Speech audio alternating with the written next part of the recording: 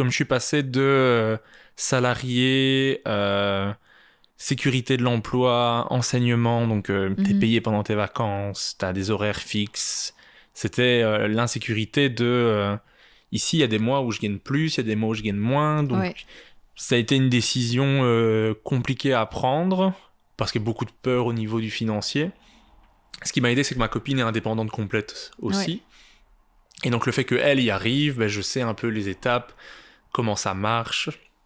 Je vois que c'est possible, je vois qu'elle me soutient. On est à 2, donc on est une team. Vraiment là-dessus, super important. Donc, elle m'a encouragé à le faire. Donc, encore une fois, elle est parfaite, cette fille. Je vous la conseille, vraiment. Elle m'a encouragé à le faire et je l'aurais jamais fait sans elle, c'est sûr.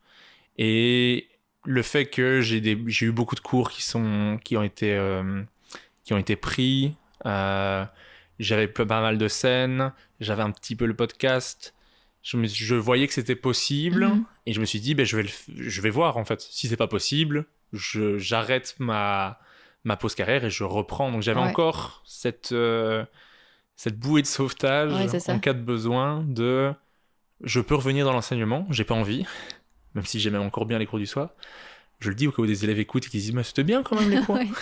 Non, en vrai j'aimais bien, mais j'avais encore ce truc. Dans le pire du pire des cas, je retrouvais un boulot que ça me dérange pas de faire. Donc ça va. Et en fur et à mesure je me suis rendu compte que ça allait. Je dis pas que je roule sur l'or, mais ça va.